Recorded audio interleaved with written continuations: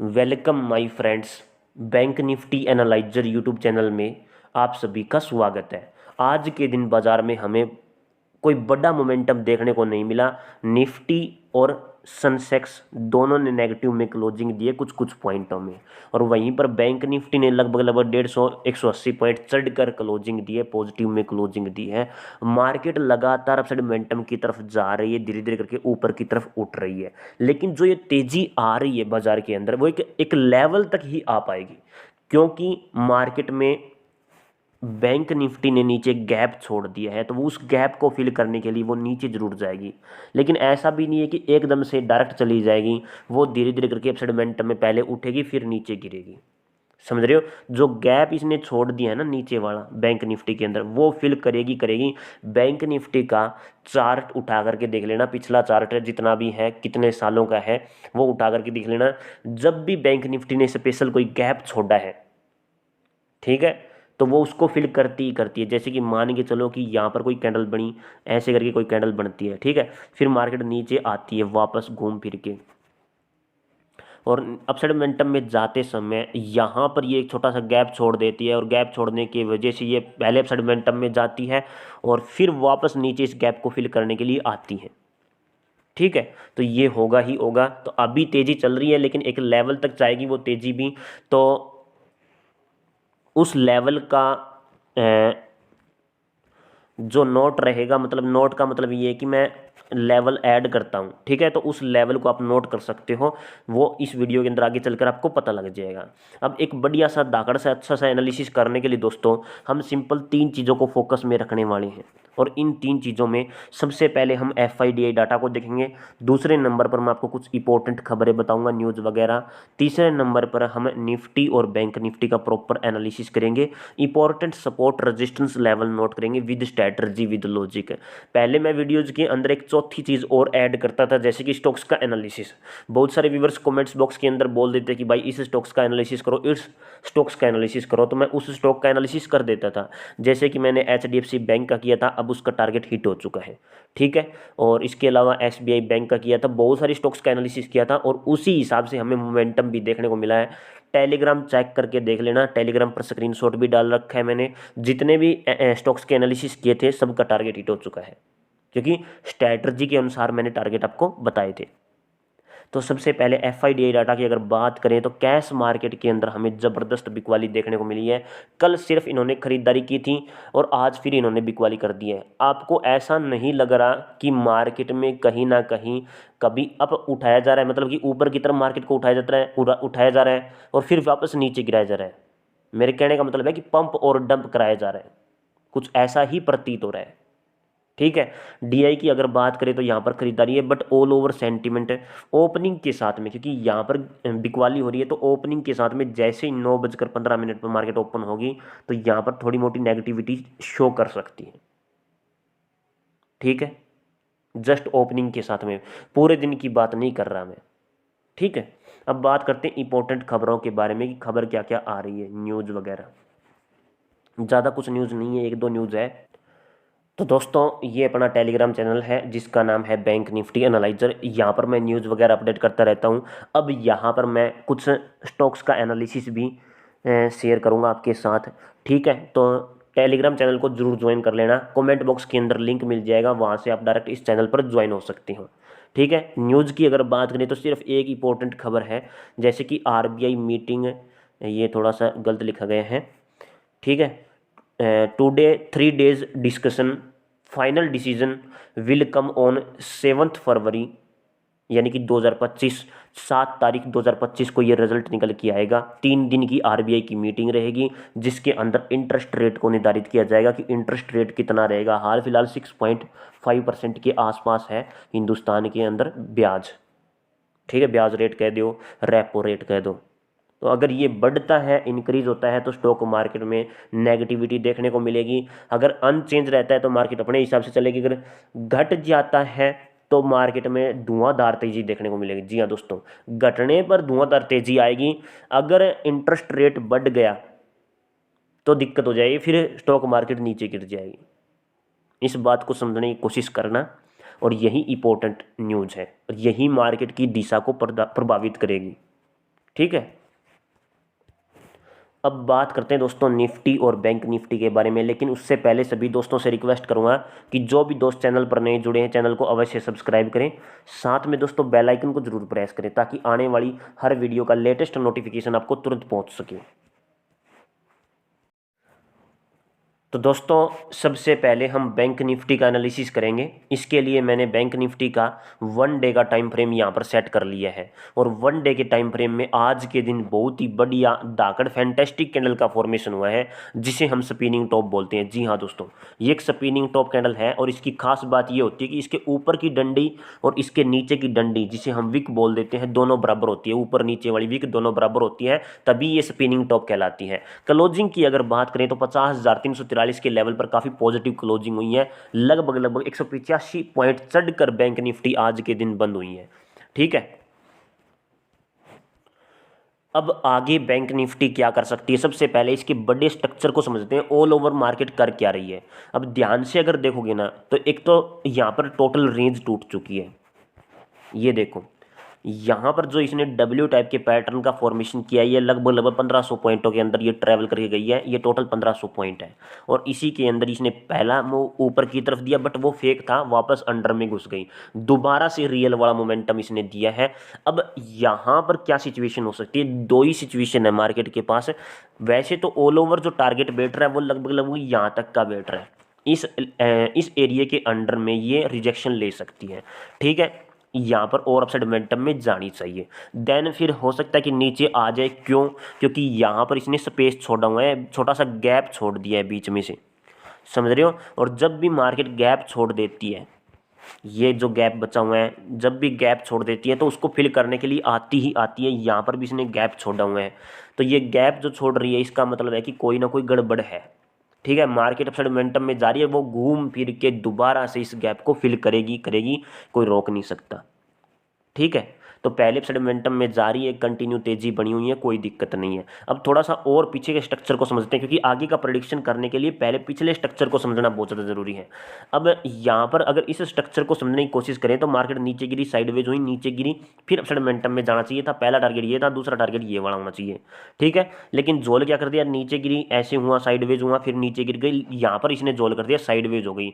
Then अब यहाँ से अपसाइड मोमेंटम में इसको जाना चाहिए। पहला टारगेट मैंने अभी बताया है, दूसरा टारगेट ये होना चाहिए।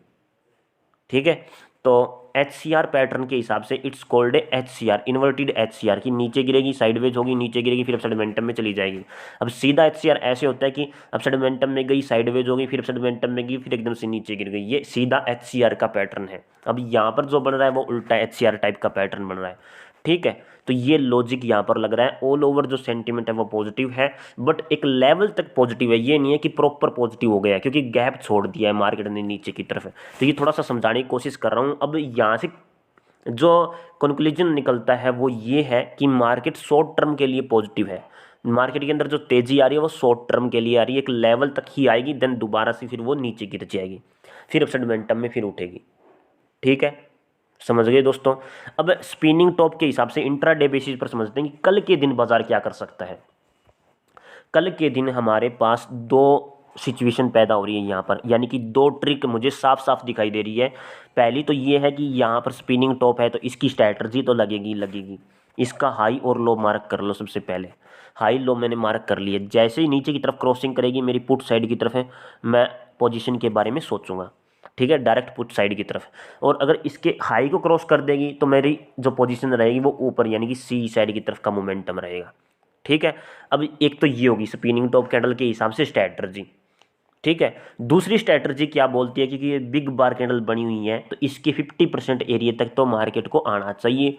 तो सिंपल लॉजिक ये है कि अगर मैं डाउन साइड में पी साइड की तरफ इस लेवल से नीचे निकलने पर ट्रेड देखता हूँ, लेता हूँ, तो यहाँ पर ये जो बॉक्स रहेगा ना, यही प्रॉफिट वाला रहेगा डाउन साइड की तरफ। ठीक है, और ये कितने पॉइंटों का होगा आप नोट कर सकते हो। कम से कम ये पड़ेगा अपने लिए 850, ये 49,850 से लेकर के 50,200 और 49,850, यानी कि 150 पॉइंट नीचे है और 200 पॉइंट ऊपर है। 350 पॉइंटों का ये मामला है, यही प्रॉफिट वाला मामला है। ठीक है, तो अब ये सिचुएशन बन रही है। अगर इस लेवल को भी मार्केट तोड़ देती है तब हम यहाँ तक का मोमेंटम कैप्चर कर सकते हैं बिग बार स्ट्रैटेजी के अनुसार और इस स्ट्रैटेजी के अनुसार। समझ गए दोस्तों?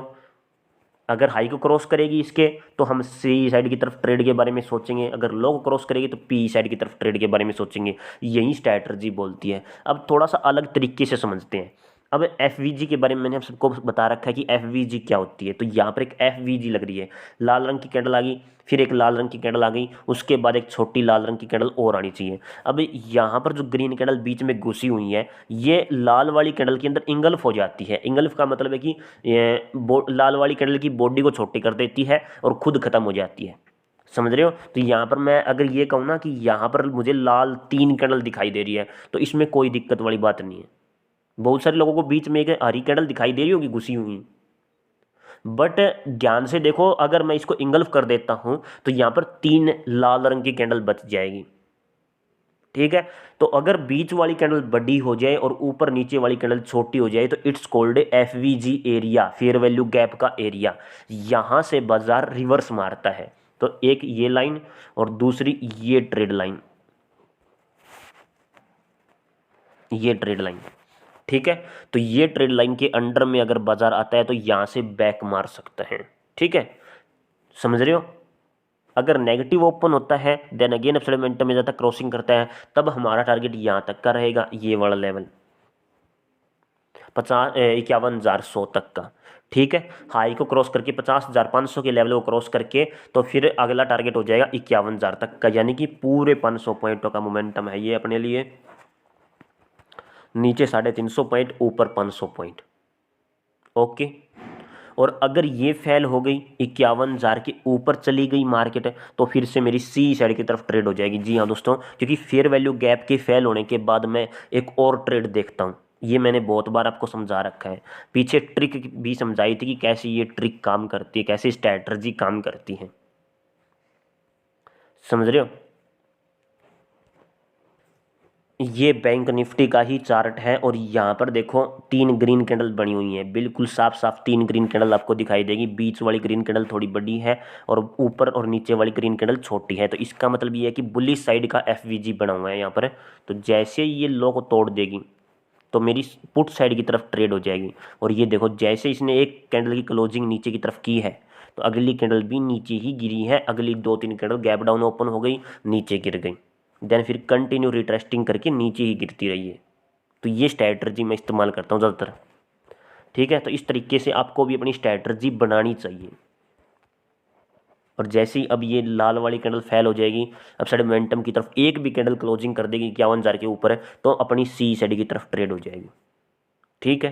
तो ये था मेरा प्रॉपर एनालिसिस। समझ रहे हो दोस्तों? प्रॉपर अच्छे तरीके से मैंने आपको बता दिया है, कोई भी दिक्कत नहीं है, स्ट्रैटेजी के अनुसार बता दिया है। बात करते हैं 15 मिनट के टाइम फ्रेम में कि मामला क्या आखिर। अब यहाँ पर हम सप्लाई डिमांड को यूज करेंगे। अगर मैं सप्लाई डिमांड को यहाँ पर यूज करता हूँ तो ये तो स्ट्रैटेजी मैंने सबको बताई दी थी कि भाई ऐसे करके ट्रायंगल शेप पैटर्न बन रहा है, ब्रेकआउट आने वाला है, ब्रेकआउट आ गया, फिर ऐसे करके ऐसे एन टाइप का पैटर्न बनेगा तो बन गया। ठीक है? प्रॉपर ऐसे ही एन टाइप का ये पैटर्न बना है। उसके बाद मार्केट यहाँ पर देखोगे तो एक छोटा मोटा मोमेंटम दिखाया इसने, बट कुछ खास नहीं था ये वाला भी। जैसे कि अगर हम इसको ऐसे देखें तो पहला मूव फेक, देन रिवर्सल, फिर वापस साइड मोमेंटम की डायरेक्शन में। समझ रहे हो? तो ये है यहाँ पर। और कितना ऊपर, यहाँ पर जितनी छोटी मोटी डिमांड होती है वही वो यूज करती, ज़्यादा डिमांड यूज नहीं करती, क्योंकि जितना पैटर्न छोटा होगा ट्रायंगल शेप का उतना ही डिमांड, उतनी ही सप्लाई हमें देखने को मिलेगी, ज़्यादा देखने को नहीं मिलेगी। और कई बार बड़ा पैटर्न बन जाता है, जैसे कि ये ट्रायंगल शेप पैटर्न बहुत बड़ा बना था।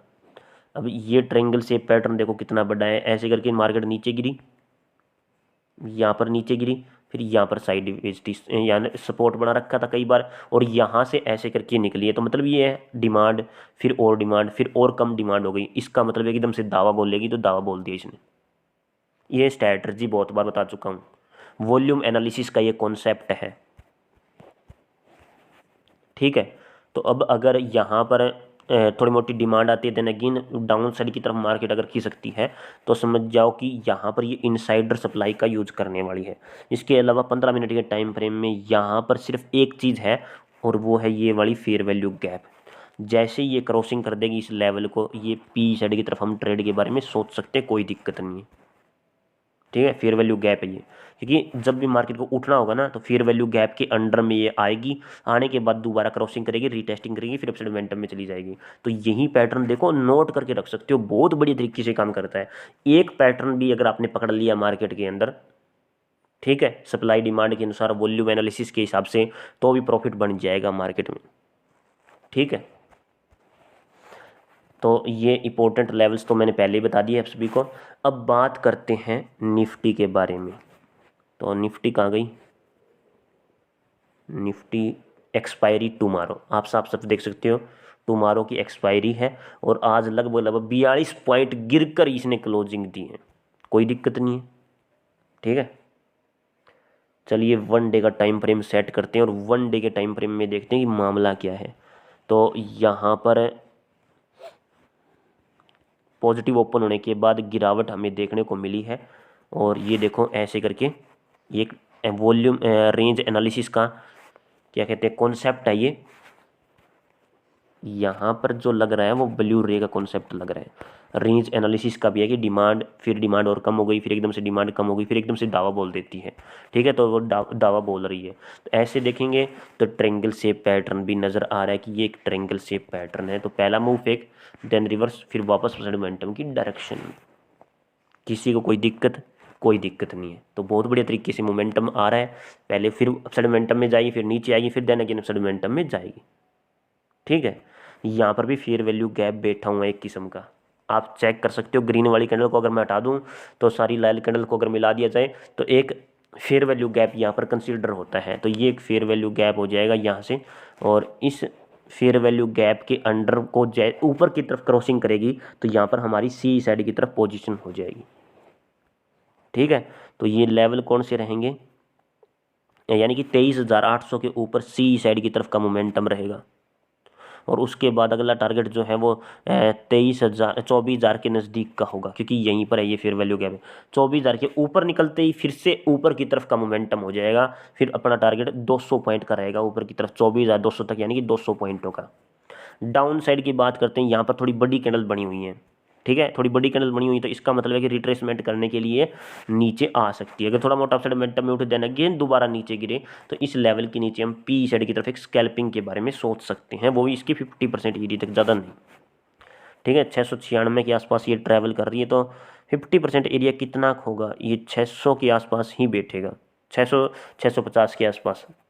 ठीक है, तो इस लेवल को अगर क्रॉस करती है 50% एरिया को, देन फिर से हम पी साइड की तरफ ट्रेड के बारे में सोच सकते हैं, और यहाँ पर नीचे की तरफ 100 पॉइंट रहेंगे। ओके, ऑल ओवर मार्केट का सेंटीमेंट पॉजिटिव है, बट एक लेवल तक पॉजिटिव है, और यहाँ पर जो मोमेंटम रहने वाला है वो यहाँ तक का रहेगा, इस लेवल के नज़दीक का, इस जोन के नज़दीक का। तो इसका मतलब है कि अभी भी तेज़ी थोड़ी बाकी है, और यहाँ पर भी निफ्टी के अंदर गैप छोड़ा हुआ है, तो इसका मतलब है कि ये गैप को फिल तो करेगी करेगी। ठीक है, तो ये था निफ्टी और बैंक निफ्टी का प्रॉपर एनालिसिस, कोई दिक्कत नहीं है, बहुत बड़े तरीके से एनालिसिस कर दिया है मैंने। 15 मिनट के टाइम फ्रेम में और पहुंच लेते हैं एक बार। 15 मिनट के टाइम फ्रेम में ध्यान से देखो, ट्रेंगल से पैटर्न ऐसे करके, देन ऐसे पहला मूव, फिर नीचे, फिर ऐसे करके एक एन टाइप का पैटर्न बन गया। सबको बता रखा है कि ऊपर की तरफ एन टाइप का पैटर्न बनेगा, नीचे उल्टा एन टाइप का पैटर्न बनेगा। देन फिर आज क्या हुआ है, आज ओपनिंग के बाद में टोटली एक ट्रेंगल से पैटर्न ऐसे बना, पहला मूव फेक, देन रिवर्स, फिर वापस मोमेंटम की डायरेक्शन में कुछ ऐसी सिचुएशन यहाँ पर पैदा हो रही है। ज़्यादा मोमेंटम तो मुझे नहीं लगता कि आएगा, यहाँ पर देखने को मिलेगा। ठीक है, क्योंकि ये स्ट्रक्चर को देखो आप, ऐसे करके ऐसे पहला मूव ऊपर की तरफ है, फिर वापस नीचे, देन थोड़ा मोटा अपसाइड मोमेंटम की तरफ। कितनी डिमांड है, मामूली सी डिमांड है, ज़्यादा कुछ डिमांड नहीं है। ठीक है, तो जैसे ही दोबारा से इस लेवल को अगर क्रॉस करती है, ये इस लेवल को क्रॉस करती है दोबारा से, पहले पॉजिटिव होने के बाद फिर डाउन साइड की तरफ खींच सकती है, तो ये जितनी पॉजिटिव कैंडल बैठी हुई है इसकी 50% एरिया तक जाने की कोशिश करेगी करेगी। समझ रहे हो, ये कल भी बताया था मैंने और आज भी बता रहा हूँ मैं ये। ठीक है, और फिर इसके 50% एरिया पर आने के बाद फिर ये 100% एरिया तक पहुंचने की कोशिश करेगी, अगर यहाँ पर नेगेटिव कैंडल आती है तो। ठीक, तो बहुत बहुत धन्यवाद। आशा करता हूँ वीडियो में निफ्टी और बैंक निफ्टी का प्रॉपर एनालिसिस आपको समझ में आया होगा, इंपॉर्टेंट लेवल्स आपको समझ में आए होंगे। बहुत बहुत धन्यवाद। भारत माता की जय। दोस्तों जिस भी दोस्त ने चैनल को सब्सक्राइब नहीं किया, सब्सक्राइब अवश्य करें। साथ में दोस्तों बेल आइकन को जरूर प्रेस करें ताकि आने वाली हर वीडियो का लेटेस्ट नोटिफिकेशन आपको तुरंत पहुंच सके। ठीक है।